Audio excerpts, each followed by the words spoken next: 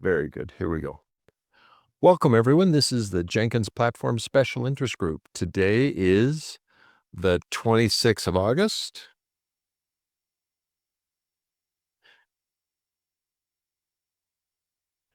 Oh, dear Birgit, I'm sure I've spelled your last name wrong. Welcome. Thanks for being here. Topics on the agenda today: Windows, Debian 13, Java 25, and then container updates in various places. And that's about it. What are there other topics that you would like to be sure we cover on the agenda today?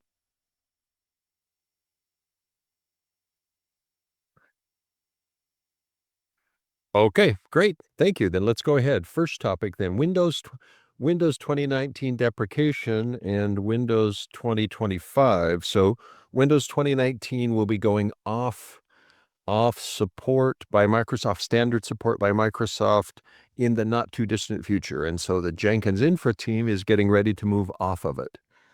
I'm using this as my excuse to note to everyone here that there is now a feature available in Windows Server 2025 that should help us. They've added this thing called Dev Drive, and Dev Drive can give anywhere from 15 to 25% improvement on Java development builds. It uses a different file system, and it has the ability to turn off some forms of virus scanning or to make them better optimized for a development environment. This same feature is also available in Windows 11. So if you're a Windows user like I am, it's a good thing to go investigate, hey, could this help me in my usual tasks, not just on CI. Now we're not yet using it in CI because we don't have a Windows Server 2025 image yet for CI, but it's coming. Now, I was hoping, Kevin, from your perspective, that from the doc side, we might find someone who'd be willing to write a blog post comparing Windows with and without Dev Drive for Jenkins use. Now, the problem is we got to find somebody who could do that, and that's a search. But for me, it would be an interesting blog post to supplement the two the 2 or 3 blog posts that Microsoft has already done on their site about Dev Drive. Any questions, comments, or concerns on either of those Windows topics? Is there anyone that you had in mind, Mark, by any chance, that might be a Windows user that would also be willing to perhaps consider it? Because my first thought was Basil, but I wouldn't be. I'm not sure about his setup or what he uses. So, Yeah, he definitely, as far as I know, he's not a Windows user, okay. but I think Bruno might be. Okay. And if not, then we might use the transition from 2019 to 2025 to do this on ci.jenkins.io. That will take a lot longer because it means setting up server 2025. It means all the things to do production infrastructure. But if we don't have somebody, if Bruno, for instance, just doesn't have time or capacity, then the infra team will certainly do this eventually. They Okay. want faster builds on Windows for sure. Great. Thank you. Any other questions, comments, or concerns? Would be nice to have a blog post. Blog post from someone that uses it and gets benefits from it. And I've got a Windows machine at my house that I'm probably going to set up with Dev Drive, so I may eventually get there. But I say may because I don't know when weekend time will allow me to play with this. It's my wife's computer. We just barely bought it for her, and she's agreed to let me borrow it as a CI agent when she's not using it. All right, next topic was Debian 13. So Debian just released Debian 13 less than, I think, a month ago. Very nice release. And that means our Docker container images that are based on Debian should upgrade to use the new version of Debian. And we've got pull requests pending, but we've got discussions happening as to how do we make that transition. And when Bruno assembled the notes here, what he suggests is, hey, Mark's got an idea. My idea is, let's put out a blog post that tells people we're switching from Bookworm to Trixie. We switch the images, and that way we stay with a single operating system image, single operating system version for each variant. So for Debian, we only support 13 now, not 12. We do the same thing with UBI. We only support 9. Same thing with Almo. We only support 3.22. So for me, it was easier to do that than saying we'll add a Trixie image and then maintain it, because that gives us one more image to maintain. And eventually we got to drop Bookworm anyway. Now, Kenneth and Kevin, I'm looking for your comments. Are you okay with this kind of idea, or do you feel like that's a poor choice? Should we revisit that idea?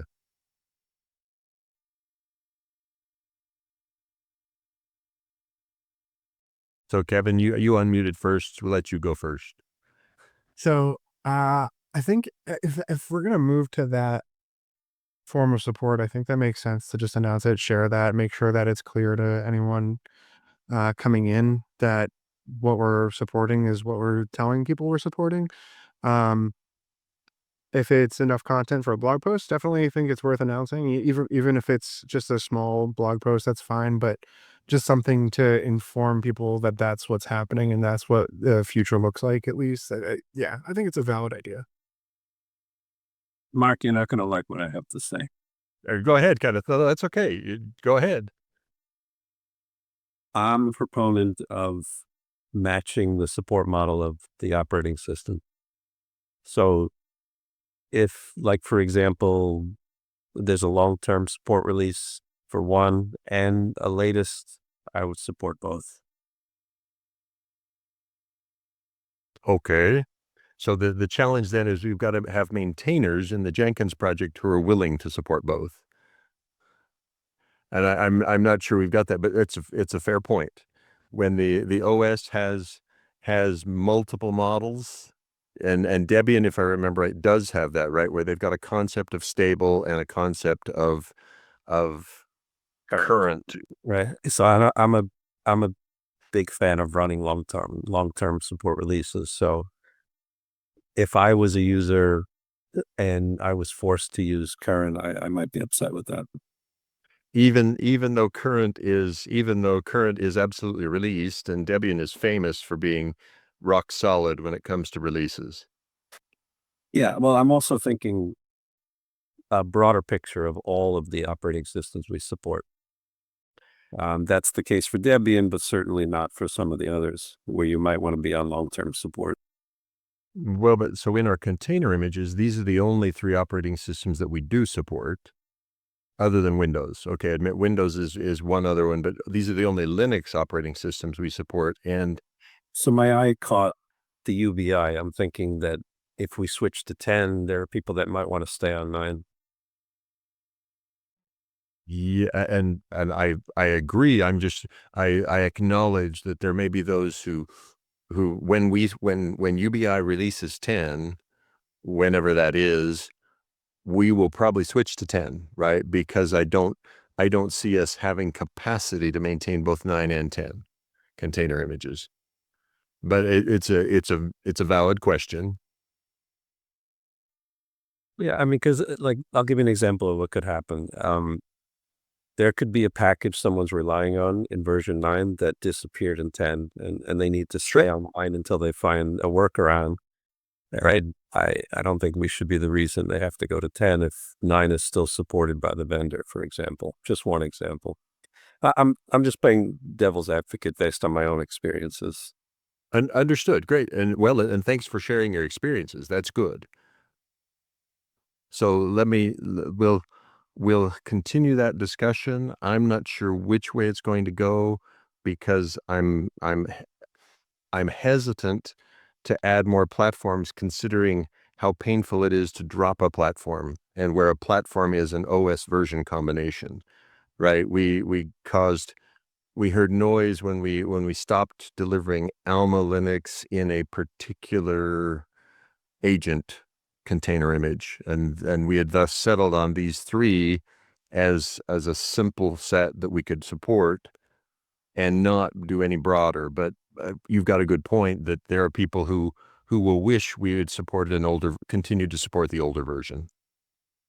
And I'm sure there are people who wished, hey, please, why didn't you support UBI 8 continue supporting 8 since it's still available? Right, and I want to be clear that we shouldn't support something that the vendor drops support on. Sure. Well, and that part we've already got in our platform support document. If a vendor drops support, Jenkins no longer supports it. So that part's easy. Good. All right. Kenneth, anything else you wanted to share on that one? No, that's my point. Thank you. Okay, thanks. Next topic then is Java 25. So Java 25 is scheduled to release. It releases September 16th, 2025. So we're less than a month away from its release, and looks good for release as far as the release team can say. The Temurin releases are stable. We're running them on CI Jenkins IO for builds on some plugins, and it works. So looks encouraging. Now, Bruno's done some nice testing here where what he does, he takes about the top 200 plus plugins and just tries to compile them with Java 25. 42% of them already pass with Java 25 Early Access 36, the most recent early access build. If we upgrade the parent POM, and that's the only change we make, upgrade the parent POM from whatever it is now to the most recent parent POM, this number goes up to about 80%. So it's a relatively simple step for us to get from 40% to 75 or 80% passing of those top plugins just by upgrading their parent POM. We've got a project that will run that we haven't yet done the detailed work to support Jenkins Core on Java 25. It does seem to run, but there's more work to be done there. But we've got a proposal that will make Java 25 the first project that uses community plugin maintainers as their way of doing it. And that means a sweep through many plugins, Jenkins Core, Jenkins tooling, with this team that we've identified, led by Basil Crow, me, Adrian, Bruno, and Darren, working together to, within the time period about September to end of October, complete as many Java 25 upgrades as we can. And Bruno notes we've got a plugin modernizer recipe that's being developed, so that could help with the effort, and looking good. Any questions, comments, concerns?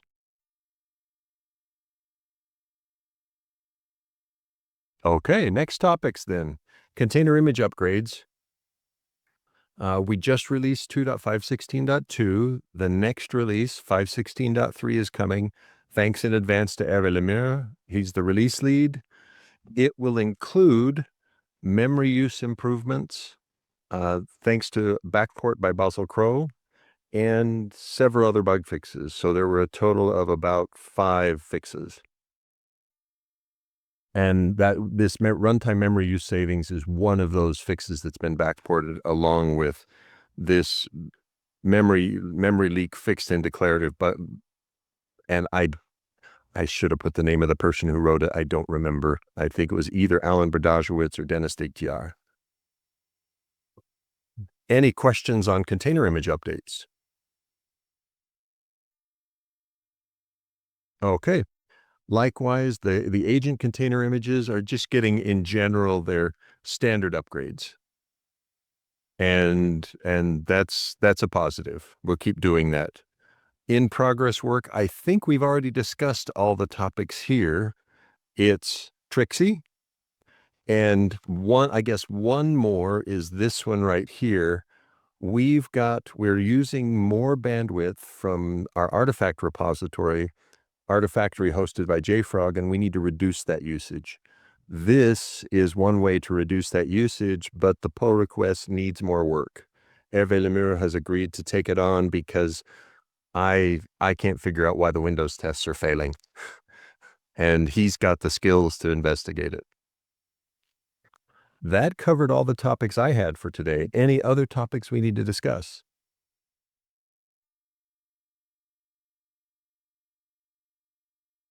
Okay, let's call ourselves done for the day then. Thanks very much.